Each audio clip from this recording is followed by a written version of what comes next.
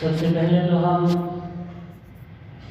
شکر ادا کریں اس رب کریم کا جس نے ہمیں اپنے مقدس گھر میں آنے کی توفیق عطا فرمائی، اپنی عبادت کا شوق اور جذبہ ہمارے دلوں کے اندر پیدا فرمایا۔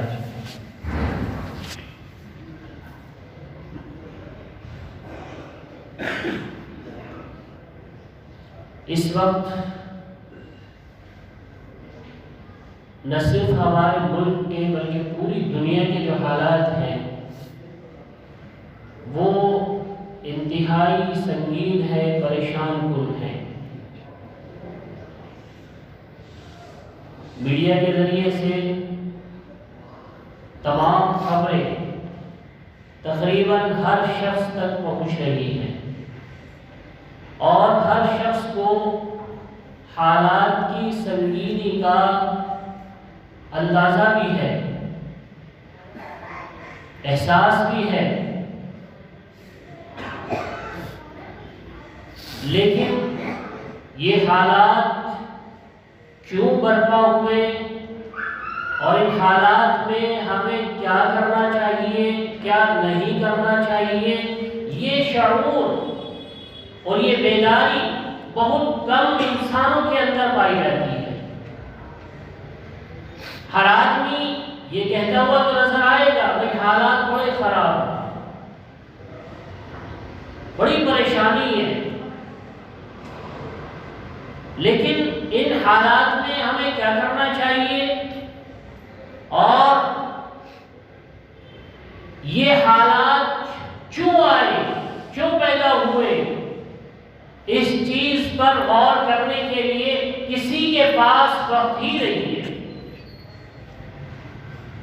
میرے بھائیوں، حالات کے مطابق ایک گائیڈ لائن تو حکومت کی ہے، بلکہ میں تو کہتا ہوں کہ ایک گائیڈ لائن تو سازش کرنے والوں کی ہے جو پوری دنیا میں سازش رچ رہے ہیں۔ عالمی پیمانے پر جو سازش کنندہ ہے، سازش کرنے والے ہیں، ایک گائیڈ لائن تو ان کی ہے، ماسک لگا کر رکھیے، ہاتھوں کو دھوتے رہیے، فاصلہ بنا کر رکھیے، عبادت گاہوں سے دوری بنا لیجیے، سفر مت کیجیے، یہ نہ کیجیے، وہ نہ کیجیے۔ بہت ساری شرائط، بہت ساری چیزیں ایسی ہیں جو انہوں نے زبردستی ہمارے اوپر لاگو کر دی ہیں اور زبردستی انسانیت کو اس کا پابند بنا دیا ہے۔ اور ایک گائیڈ لائن ہمارے رب کی بھی ہے۔ ہمارا رب حالات کی خرابی پر، جب حالات خراب ہو جائے، پریشانیاں آ جائیں، مصائب ہمارے اوپر مسلط ہو جائے اور ہمیں کوئی راستہ نظر نہ آئے، تو ایسی صورت میں ہمارے رب نے بھی ہمیں گائیڈ لائن دی ہے، ہمارے رب نے بھی ہمیں کچھ اصول بتائے ہیں، کچھ ضوابط بتائے ہیں، ہمارے رب نے بھی ہمیں کچھ احکام دیے ہیں۔ اور اگر ہم ان احکام کے پابند ہو جائیں اور جو صفات ہمارے رب نے ہمیں اختیار کرنے کا حکم دیا ہے ہم ان صفات کو اختیار کر لیں، تو میرے بھائیوں، یہ سازشیں، یہ حوادث، یہ حالات، یہ پریشانیاں، یہ مصیبتیں ہمارا کچھ بھی نہیں بگاڑ سکتی۔ تو ہمارے رب نے پریشانی کے وقت کے لیے ہمیں کیا حکم دیا ہے؟ بس وہی چند باتیں مجھے کرنی ہے آپ حضرات سے۔ دیکھیے، کسی بھی طرح کی پریشانی ہو، کسی بھی طرح کی مصیبت ہو، انسان بیمار پڑ جائے یا اسے مالی پریشانی لاحق ہو جائے، وہ تندرستی کا شکار ہو جائے، معاشی تنگی کا شکار ہو جائے، کاروبار میں نقصان ہو جائے، یا اس کا کوئی عزیز، اس کا کوئی اپنا اس سے جدا ہو جائے، یا کسی بھی موقع پر، کسی بھی محاذ پر اسے شکست ہو جائے، ایسے وقت میں اور ایسی صورت میں، ایسی حالت میں ایک مسلمان کو کیا کرنا ہے، اللہ تبارک و تعالیٰ نے بتا دیا ہے۔ سب سے پہلی چیز، سب سے پہلی احتیاط، سب سے پہلی تدبیر، سب سے پہلی گائیڈ لائن ہم مسلمانوں کے لیے یہ ہے کہ ہم اس پریشانی کا مقابلہ یقین کے ساتھ کریں۔ کس چیز کا یقین؟ ہمارا یقین ہونا چاہیے اور مضبوط یقین ہونا چاہیے کہ یہ دنیا عارضی ہے۔ کیا ہے؟ عارضی ہے، یہ دائمی نہیں ہے، یہ ہمیشہ رہنے والی نہیں ہے، چند روزہ ہے، بہت جلد ختم ہو جانے والی ہے۔ اور اس دنیا کی ساری چیزیں وہ بھی عارضی ہیں، فنا کے گھاٹ اتر جانے والی ہے۔ یہاں کی مصیبتیں، یہاں کی پریشانیاں، یہ سب کیا ہے؟ عارضی ہیں۔ آخرت کی جو زندگی ہے وہ لامحدود ہے، دائمی ہے، ہمیشہ رہنے والی ہے، کبھی ختم ہونے والی نہیں ہے۔ اسی طرح سے وہاں کی ہر چیز، چاہے وہ راحت ہو، آرام ہو، نعمتیں ہوں، چاہے وہ تکلیف ہو، مصیبت ہو، پریشانی ہو، وہ ساری چیزیں کیا ہے؟ دائمی ہے، ہمیشہ رہنے والی ہے۔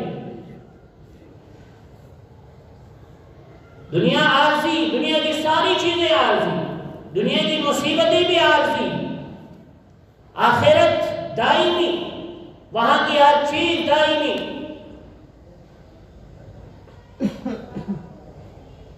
تو یہ یقین ہمارا ہونا چاہیے۔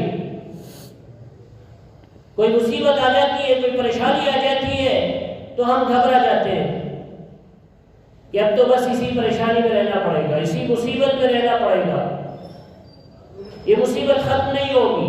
نہیں، یہاں کی ہر چیز عارضی ہے اور آخرت جو ہے وہ دائمی ہے۔ اور میرے بھائیوں، اس کے ساتھ ساتھ ہمیں یہ بھی یقین رکھنا ہے اور ہمارا یہ بھی یقین ہونا چاہیے کہ ہم اللہ کی ملکیت ہیں اور ہماری ہر چیز اللہ کی ملکیت ہے۔ حقیقی مالک اللہ ہے، اور اگر ہمارا کچھ نقصان ہو جائے، مالی نقصان ہو جائے، جانی نقصان ہو جائے، ہمارا کوئی عزیز ہم سے جدا ہو جائے، یا کوئی دوسری پریشانی، کوئی مصیبت ہمارے اوپر آ جائے، ہمارا کوئی نقصان ہو جائے، تو میرے بھائیوں، ہمیں اس وقت یہ سوچنا چاہیے کہ یہ اللہ کی ملکیت تھی، اس کا حقیقی مالک اللہ ہے، اور اللہ کی مملوکہ چیز اللہ کے پاس چلی گئی، ایک مملوکہ چیز اپنے حقیقی مالک کے پاس چلی گئی تو کیسا غم، کیسا افسوس، اپنے مالک کے پاس ہی تو گئی ہے نا۔ ہمارا کوئی عزیز ہم سے جدا ہو گیا، ختم ہو گیا، اس کا انتقال ہو گیا، تو وہ جس کی ملکیت تھی اس کے پاس پہنچ گیا، اس پر کوئی افسوس ہی نہیں ہونا چاہیے، کوئی غم ہی نہیں ہونا چاہیے۔ ہمارے پاس مال تھا، کسی وجہ سے ضائع ہو گیا، نقصان ہو گیا، ختم ہو گیا، تو کوئی بات نہیں، ہم اس کے حقیقی مالک ہیں ہی نہیں، حقیقی مالک تو اللہ ہے، تو کیسا غم، کیسا افسوس، اور کس چیز کا اعتراض، کس چیز کی ناراضگی۔ تو سب سے پہلے ہمارا یہ یقین ہونا چاہیے کہ ہم سب اللہ کی ملکیت ہے اور ہماری ہر چیز اللہ کی ملکیت ہے۔ جب ہمارا یہ یقین کامل اور مکمل ہوگا تو پھر کسی چیز کے چلے جانے پر ہمیں احساس نہیں ہوگا، غم نہیں ہوگا، ہم پریشان نہیں ہوں گے، بے چین نہیں ہوں گے۔ اور میرے بھائیوں، دوسری چیز ہے رضا۔ ہمیں اللہ کے ہر فیصلے پر راضی رہنا ہے۔ دنیا میں جو کچھ بھی ہوتا ہے وہ اللہ کے حکم کے مطابق ہوتا ہے، اللہ کی مرضی کے مطابق ہوتا ہے۔ یہ دنیا کا جو نظام چل رہا ہے، اس نظام کو چلانے والی ذات اللہ کی ہے، نظام کو چلانے والا اللہ ہے، یہ نظام اس کی مرضی کے مطابق چلتا ہے۔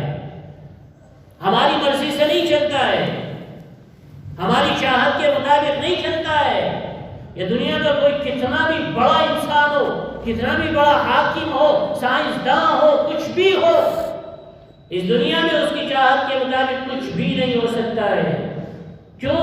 کسی کی چاہت ہمارے رب کی چاہت پر غالب نہیں آ سکتی ہے۔ تو دنیا کا جو نظام ہے اس کو چلانے والا اللہ ہے، اور یہ نظام اسی کی مرضی کے مطابق چل رہا ہے۔ تو دنیا میں جو کچھ بھی ہو رہا ہے ہمارے رب کی مرضی سے ہو رہا ہے۔ اور ایک بات یہ بھی یاد رکھنی چاہیے کہ اللہ کے ہر فیصلے میں کوئی نہ کوئی حکمت چھپی ہوئی ہوتی ہے۔ اگرچہ ہماری ناقص عقل، ہماری ناقص سمجھ اس حکمت تک نہیں پہنچ پاتی ہے، اس حکمت کو سمجھ نہیں پاتی ہے کہ اس کے اندر کیا حکمت ہے۔ یہی وجہ ہے کہ کبھی کبھی ہم ایسی چیز کی تمنا کر رہے ہوتے ہیں جو ہمارے لیے خطرناک ہوتی ہے، نقصان دہ ہوتی ہے، مضر ہوتی ہے، اور کبھی کبھی ہم ایسی چیز سے بھاگ رہے ہوتے ہیں جو ہمارے لیے سود مند ہوتی ہے، فائدے مند ہوتی ہے، ہمارے لیے اس میں خیر ہوتی ہے، بہتری ہوتی ہے۔ تو یہ تو اللہ جانتا ہے۔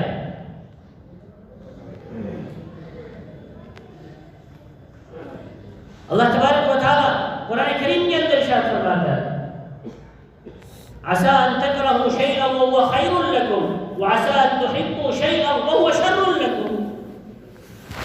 کبھی کبھی تم کسی چیز کو ناپسند کر رہے ہوتے ہو، وہ تمہارے لیے بہتر ہوتی ہے، اور کبھی کبھی تم کسی چیز کو پسند کر رہے ہوتے ہو اور وہ تمہارے لیے نقصان دہ ہوتی ہے۔ تو یہ تو اللہ جانتا ہے میرے بندوں کے لیے کس وقت کون سی چیز بہتر ہے، نقصان دہ کون سی چیز ہے، نفع بخش کون سی چیز ہے، یہ ہمارا رب جانتا ہے۔ تو اس لیے یہ نظام اللہ کی مرضی سے چل رہا ہے، اس کے حکم سے چل رہا ہے، تو ہمیں اس نظام پر راضی رہنا چاہیے، اس کے ہر فیصلے پر راضی رہنا چاہیے۔ اور میرے بھائیوں، جب انسان اللہ کے ہر فیصلے پر راضی ہو جاتا ہے اور اس کے دل کے اندر کامل یقین پیدا ہو جاتا ہے اس چیز کا کہ ہم اللہ کی ملکیت ہے اور ہمارے پاس جو بھی کچھ ہے وہ بھی اللہ کی ملکیت ہے، اور جب وہ اللہ کے ہر فیصلے پر راضی ہو جاتا ہے، اس کے بعد جب وہ اللہ کو یاد کرتا ہے، اس کا ذکر کرتا ہے، اس کی حمد و ثنا کرتا ہے، اس کے کلام کی تلاوت کرتا ہے، تو میرے بھائیو اس کو زندگی میں ایسا سکون اور ایسا اطمینان حاصل ہوتا ہے کہ پوری دنیا کی دولت خرچ کرنے کے بعد بھی ایسا سکون نہیں مل سکتا۔ دنیا کے کسی بڑے سے بڑے اسپتال کے اندر بڑے سے بڑے ڈاکٹر کے علاج کے بعد بھی ایسا سکون اور اطمینان میسر نہیں ہو سکتا جیسا سکون رضا اور یقین سے حاصل ہوتا ہے۔ اور اسی طرح سے حوادث اور پریشانیوں کے حالات میں، حوادث کے وقت، پریشانی کے وقت، مصیبت کے وقت ہمیں کیا کرنا ہے؟ صبر سے کام لینا ہے۔ صبر بھی پریشانیوں کا علاج ہے، مصیبتوں کا علاج ہے۔ کیوں؟ کیونکہ اللہ تبارک و تعالیٰ صبر کرنے والوں کو پسند کرتا ہے، صبر کرنے والوں سے محبت رکھتا ہے، اللہ یحب الصابرین، اور صبر کرنے والوں کے ساتھ اللہ ہوتا ہے۔ صبر کرنے والوں کو اللہ کی معیت، اس کی نصرت حاصل ہو جاتی ہے، اللہ کی مدد صبر کرنے والوں کے ساتھ ہوتی ہے۔ تو ایک پریشانی کے وقت ہمیں صبر سے بھی کام لینا ہے۔ اور صبر کا مطلب کیا ہے؟ صبر کا مطلب یہ نہیں ہے کہ کوئی پریشانی آئی اور بس بیٹھ گئے ہاتھ پر ہاتھ رکھ کر، بھئی ہم نے تو صبر کر لیا۔ نہیں، صبر کا مطلب یہ نہیں ہے۔ کاروبار میں نقصان ہوا، بیٹھ گئے رونا دھونا لے کر، ہم نے تو صبر کر لیا۔ جی، صبر کا مطلب یہ ہرگز نہیں ہے۔ کسی بھی محاذ پر ناکامی حاصل ہوئی اور گھر میں بیٹھ گئے، ہم نے صبر کر لیا، نہیں، صبر کا مطلب یہ ہرگز نہیں ہے۔ انسان بیمار ہو جائے تو گھر میں لیٹ جانے کا نام صبر نہیں ہے کہ جی اب کیا کرنا، بس ہم نے صبر کر لیا، اب کیا علاج کرائیں، کیا معالجہ کرائیں، کیا ڈاکٹر کے پاس جائیں، کیا اسپتال جائیں، صبر کر لیا۔ صبر کا مطلب یہ نہیں ہے۔ انسان بیمار پڑ جائے تو اسے اللہ کی ذات سے شفا کی، تندرستی کی امید رکھتے ہوئے علاج معالجہ جاری رکھنا چاہیے۔ یہ ہے صبر۔ انسان کو کاروبار میں نقصان ہو جائے تو اسے اللہ کی ذات سے آئندہ منافع کی امید رکھتے ہوئے اپنے کاروبار کو جاری و ساری رکھنا چاہیے، اپنی محنت کو جاری رکھنا چاہیے۔ یہ ہے صبر۔ انسان کو کسی بھی محاذ پر ناکام ہو جائے تو اس کو اللہ کی ذات سے کامیابی کی امید رکھتے ہوئے مسلسل محنت کرتے رہنا چاہیے، جد و جہد کرتے رہنا چاہیے۔ یہ ہے صبر۔ ہاتھ پر ہاتھ رکھ کر بیٹھ جانے کا نام صبر نہیں ہے۔ اور صبر کے ساتھ ساتھ احتساب بھی ہے، یعنی آدمی اپنے رب سے ثواب کی امید بھی رکھے۔ کوئی پریشانی آ گئی تو اس پر صبر بھی کرنا ہے اور اللہ کی ذات سے ثواب کی امید بھی رکھنی ہے۔ یہ ہے احتساب۔ اللہ کے رسول صلی اللہ علیہ وسلم کا فرمان ہے کہ جب کسی انسان کو کوئی پریشانی لاحق ہوتی ہے، اس کے اوپر کوئی مصیبت آتی ہے، یہاں تک کہ اگر اسے کانٹا بھی چبھتا ہے تو اللہ تبارک و تعالیٰ اس پریشانی کے بدلے میں اس کو ثواب عطا کرتا ہے، یہاں تک کہ اس پریشانی کو اس کے گناہوں کی مغفرت کا ذریعہ بنا دیتا ہے۔ تو ہمیں صبر کرنا ہے، یعنی اللہ سے بہتری کی امید رکھنی ہے اور ثواب کی بھی امید رکھنی ہے۔ حالات خراب ہے، کوئی بات نہیں، حالات بہتر ہو جائیں گے انشاءاللہ، اللہ کی ذات سے یہ امید رکھنی ہے۔ اور ان حالات کی خرابی پر جو پریشانی ہمیں پہنچے، جو نقصان ہمیں پہنچے، اس پر اللہ سے ثواب کی بھی امید رکھنی ہے۔ اور ایک چیز ہے محاسبہ، ہمیں اپنا محاسبہ بھی کرنا ہے، یعنی گزشتہ زندگی جو ہماری زندگی گزر گئی اس میں ہم نے کیا کیا ہے، اور حالیہ دور میں جو وقت چل رہا ہے اس میں ہم کیا کر رہے ہیں، اور مستقبل کے لیے ہمارے عزائم کیا ہیں، ہمارے ارادے کیا ہیں، ہمیں کیا کرنا ہے، کیا نہیں کرنا ہے۔ ان تمام چیزوں کا ہمیں جائزہ لینا ہے۔ اور اگر گزشتہ زندگی ہماری اس طرح کی گزری ہے کہ ہم نے اس میں اللہ کی نافرمانی کی ہے، ہم نے گناہ کیے ہیں، ہم نے کسی کے اوپر ظلم کیا ہے، زیادتی کی ہے، یا اپنی جان کے اوپر ظلم کیا ہے، زیادتی کی ہے، تو میرے بھائیو سمجھ لینا کہ یہ جو حالات ہیں یہ اسی کا نتیجہ ہے۔ اللہ تبارک و تعالیٰ نے قرآن کریم کے اندر ارشاد فرما دیا وَمَا أَصَابَكُم مِّن مُّصِيبَةٍ فَبِمَا كَسَبَتْ أَيْدِيكُمْ، لوگوں کو جو بھی مصیبت، جو بھی پریشانی پہنچتی ہے وہ ان کے اپنے کرتوتوں کا نتیجہ ہوتی ہے۔ تو ہمیں اپنی گزشتہ زندگی کا بھی جائزہ لینا ہے، محاسبہ کرنا ہے، اور حالیہ زندگی کا بھی محاسبہ کرنا چاہیے۔ ایسا تو نہیں ان حالات کے خراب ہو جانے کے باوجود بھی، اتنی پریشانی آ جانے کے باوجود بھی ہم کسی گناہ کے اندر مبتلا ہوں۔ اور مستقبل کے لیے جو ہمارے عزائم ہیں ان کا بھی ہمیں جائزہ لینا ہے کہ ایسا تو نہیں ہم نے کسی گناہ کا ارادہ کر رکھا ہو، کسی پر ظلم کرنے کا عزم کر رکھا ہو، کسی پر زیادتی کرنے کا ہمارا ارادہ ہو، کسی کا حق مارنے کا ہمارا ارادہ ہو۔ ان تمام چیزوں کا بھی جائزہ لینا ہے۔ اور میرے بھائیو اگر ایسا ہے تو سب سے پہلی فرصت میں ہمیں توبہ کرنی ہے، استغفار کرنا ہے سب سے پہلی فرصت میں، کیونکہ جب انسان استغفار کرتا ہے تو پھر اللہ کی رحمت نازل ہوتی ہے۔ فَقُلْتُ اسْتَغْفِرُوا رَبَّكُمْ إِنَّهُ كَانَ غَفَّارًا يُرْسِلِ السَّمَاءَ عَلَيْكُمْ مِدْرَارًا وَيُمْدِدْكُمْ بِأَمْوَالٍ وَبَنِينَ وَيَجْعَلْ لَكُمْ جَنَّاتٍ وَيَجْعَلْ لَكُمْ أَنْهَارًا۔ جب انسان استغفار کرتا ہے، اللہ سے معافی طلب کرتا ہے، تو اللہ کی رحمت نازل ہوتی ہے اور مال میں، اولاد میں برکت ہوتی ہے، رزق میں وسعت ہوتی ہے اور انسان کو بے شمار فوائد حاصل ہوتے ہیں، بہت سارے بند دروازے کھل جایا کرتے ہیں اور زندگی کا سفر آسان ہو جایا کرتا ہے جب انسان توبہ کرتا ہے، استغفار کرتا ہے، اللہ سے معافی مانگتا ہے، اللہ کے سامنے روتا ہے، گڑ گڑاتا ہے، تو بہت سارے مسائل حل ہو جاتے ہیں، بہت ساری ضرورتیں غیب سے پوری ہو جاتی ہیں، زندگی گزارنا آسان ہو جاتا ہے، بند دروازے کھل جاتے ہیں۔ تو اس لیے ہمیں اپنا محاسبہ کرنا ہے، مستقبل کا بھی اور گزشتہ ماضی کا بھی، حال کا بھی اپنا جائزہ لینا ہے، اور اگر ایسا کچھ ہے، کہیں نہ کہیں کچھ گڑبڑ ہے، تو ہمیں سب سے پہلی فرصت میں توبہ کرنی ہے، استغفار کرنا ہے، گناہوں سے بالکل باز آ جانا ہے۔ اور میرے بھائیوں، ایک چیز ہے استقامت، ہمیں استقامت پر کاربند ہو جانا ہے۔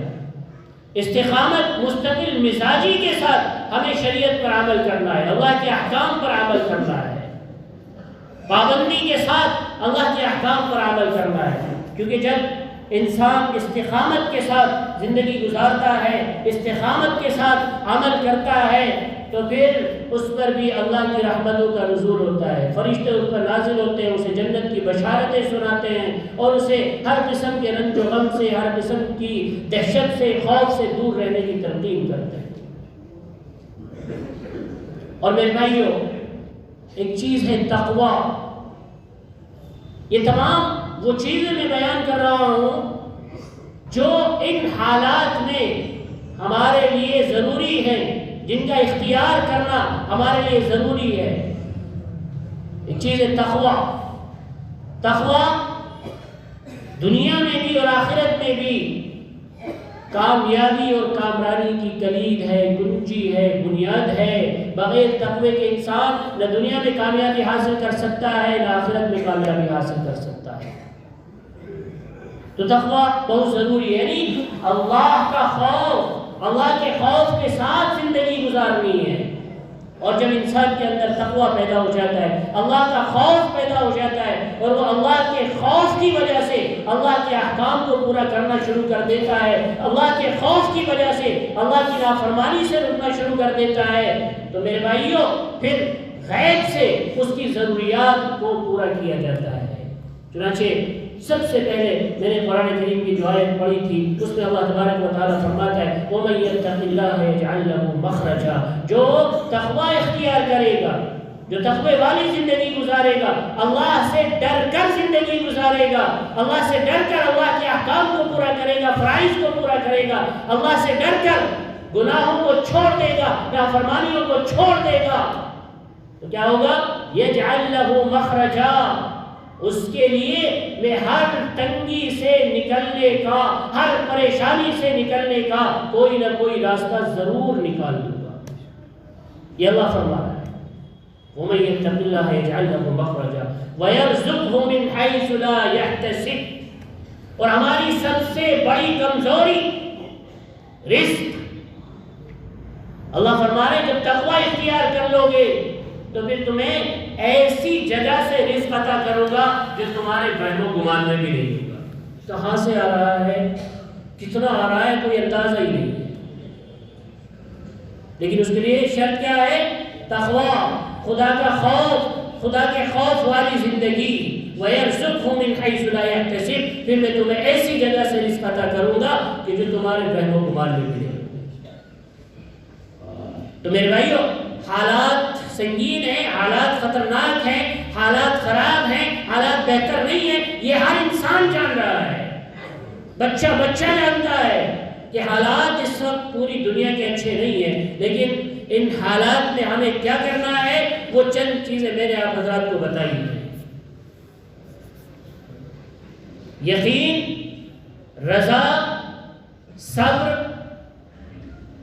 احتساب، محاسبہ نفس استقامت، تقوی، اور اس کے ساتھ ساتھ ہمیں دعاؤں کا بھی اہتمام کرنا ہے، خشوع خضوع کے ساتھ اپنے رب کی طرف متوجہ ہو جانا ہے اور اس سے سلامتی کی اور عافیت کی دعا کرنی ہے۔